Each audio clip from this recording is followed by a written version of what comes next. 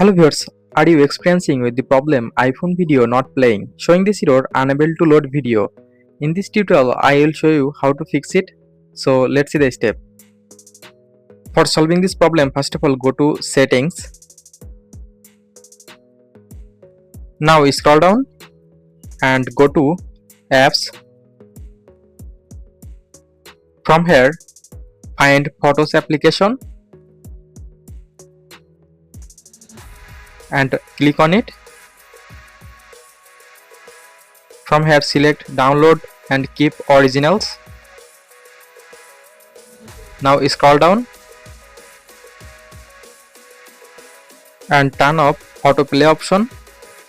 Just turn off this option. Now go back to main settings. Now go to general. Now click on software update and make sure your phone software version is updated in latest version. Now go back to home screen and restart your phone. Just restart your phone for power off and on.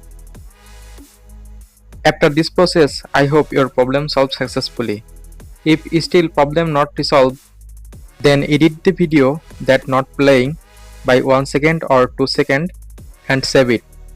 Hopefully this method will fix your problem. If you found any help from this video, please like the video and subscribe to the channel.